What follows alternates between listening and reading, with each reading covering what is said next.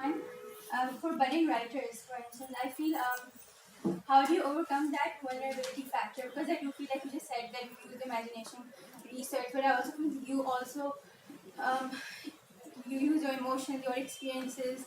So how does one overcome that vulnerability factor of putting yourself out there in a story, for instance? Because I do feel some parts of you are there, it's an evaluation of all Sure, these three things. it is, and it is coming out of you, and it is part of you. The nice thing about fiction is that you can really write about anything and sort of get away with it. So, unlike memoir or essay, which is obviously you're writing about your life, and then you really are putting yourself out there, because people do know it's real life and it's coming out of your life. With fiction, there is that slight, fiction, right? So I could have written the truth in all three books, but you don't know, it's fiction. So there is that. What's the word? I don't know. Yeah, whatever it is that allows you that freedom to do that.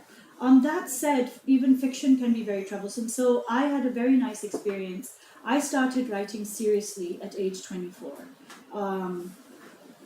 not too long ago. So, and I don't really care about age, whatever. I'm 40, I just turned 47. So, one of the big things in this book is ageism and colorism and all sorts of things. I find ageism ridiculous. I find it ridiculous that we're supposed to, I don't know, hide our ages or make ourselves 50 years younger than why the hell? We're going to age eventually anyway. Whatever. I mean, it's so stupid. So, anyway, but I started writing at age 24, and one of the first stories I wrote, and again, I don't know. This particular story, I really don't know where it came from. I just don't know. It was called Papa's Girl.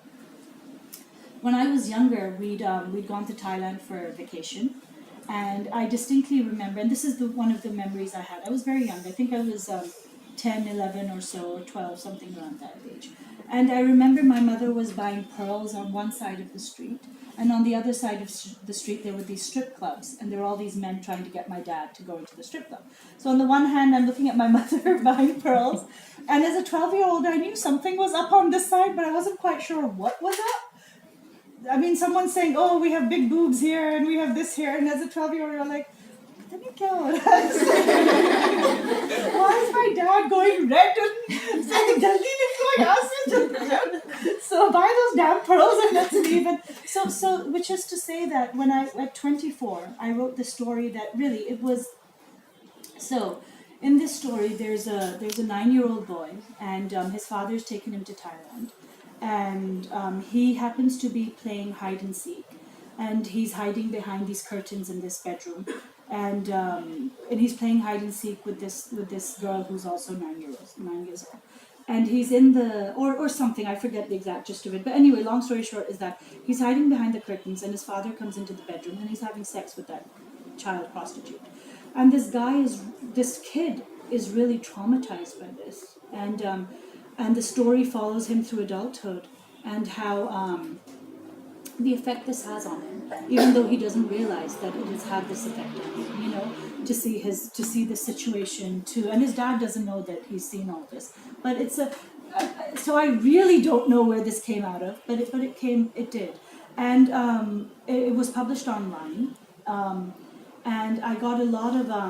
interesting comments about it immediately, and this was literally almost the first story I'd ever published. I had a lot of Pakistanis writing to ask me what was wrong with me. I had one Pakistani saying I didn't deserve to have kids. I just had a son at that time, so he was in my, an infant, and someone else said I didn't deserve to have sons or anything. It was really, really hard because as a fiction writer, you obviously have to be true to yourself, right? This is a story, this is my best friend's husband said that this was pornography. Now, if anyone is familiar with pornography is something that is meant to turn you on or whatever, right? This was a story about pedophiles. This was a story about pedophilia, and the traumatic effects it can have on everyone. And like I told Ben, I was like, if this story turns you on, you need to go see a psychiatrist because that's not good.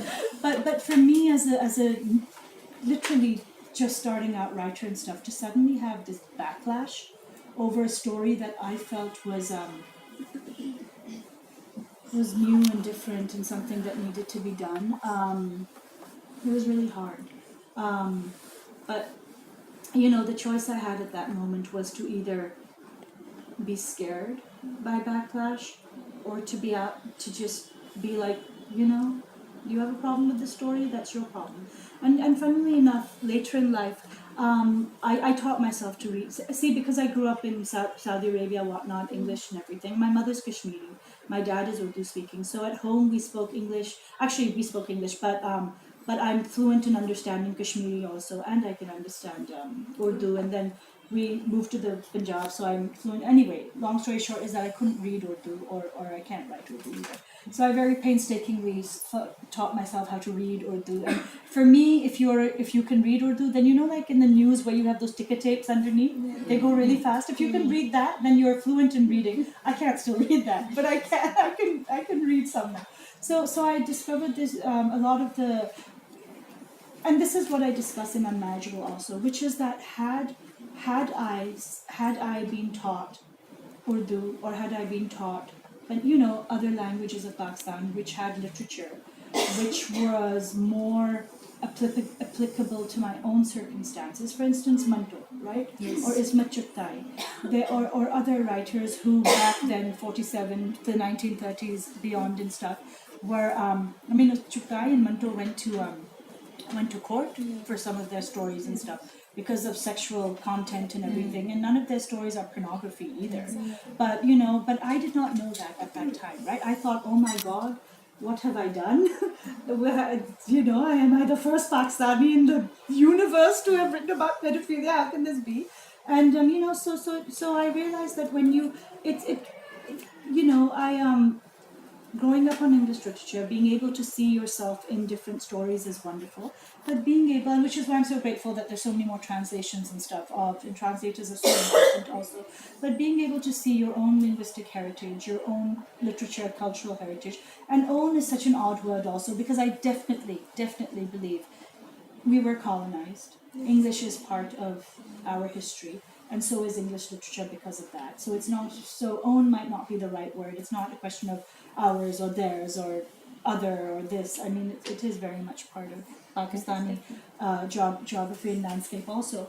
But at that time, not just being taught English literature, no. And I had when I did come back, I did do some easy Urdu literature, but Manto was scrapped out of the syllabus at that time because apparently he's very bad man. So and he's not, poor thing. He was a very, very deep thinker. He was one of those people who just spoke the truth and didn't want to compromise at all. He had a very rough time because of that.